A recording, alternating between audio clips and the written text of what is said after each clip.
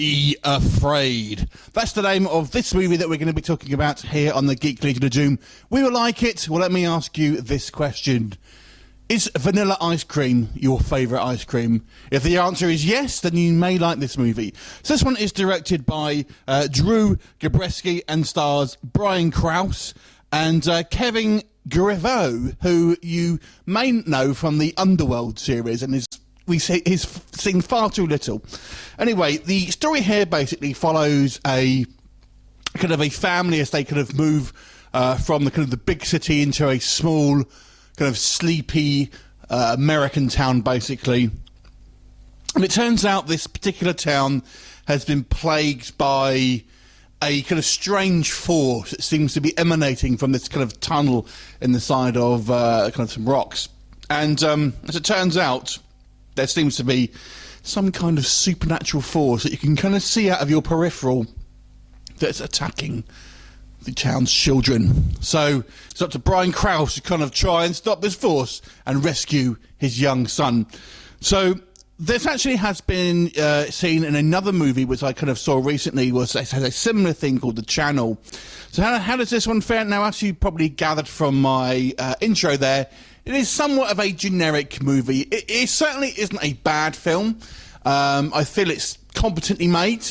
You know, all the kind of the directing choices here, the camera work, the lighting, everything. I mean, it's maybe a little dark sometimes, but generally speaking, it looks like a slick production. It kind of feels like it's made by experienced kind of filmmakers. Definitely has that kind of professional feel to it.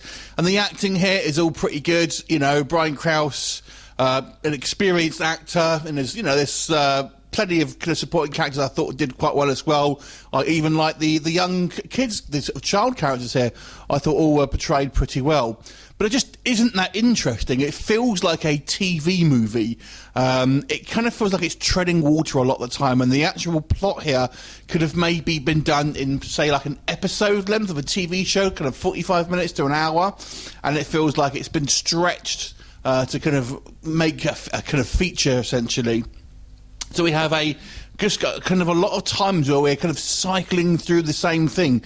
Did we see something, or is it just a kind of a shadow? Did another character see something, or was it kind of a shadow? That kind of thing. It just seems to kind of like go through the motions quite a lot of the time. It also seems to be somewhat subdued in regards to any kind of violence or kind of, you know, gore effect and things like that. So it definitely has that sort of TV feel to it, because it doesn't want to kind of, you know, go too far in a kind of like a horrific kind of way, essentially. In regards to the actual creature effects, there is some degree of creature effects, but again, I guess it's part of the kind of the package here. You never quite see it in kind of full glory. It's all in the periphery, as this kind of creature pretty much seems to be. The ending, I've got to say, I kind of liked it. It is kind of predictable when you kind of, you know, that's going to happen.